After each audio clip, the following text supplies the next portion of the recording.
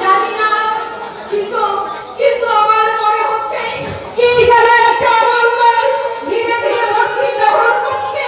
দেখো মনে হয় সবটাই সাইব শিশু বিবর্তকে বলে দিচ্ছে কিনা দেখে তার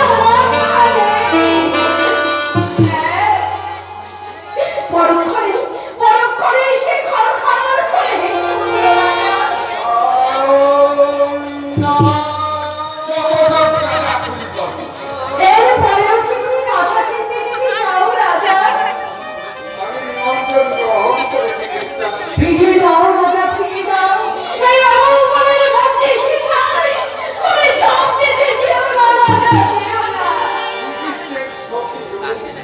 তোমাকে আমি কি বোঝাবো কৃষ্ণা, মঙ্গল অমঙ্গল সবই তাহার দান, করুণাময় দান কখনো অস্ত হয় না।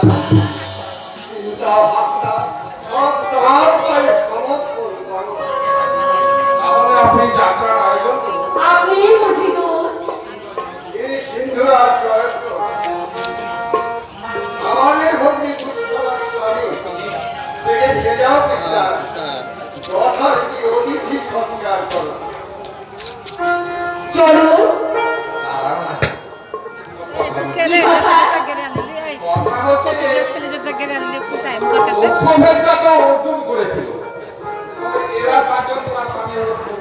সে কথায় আপনার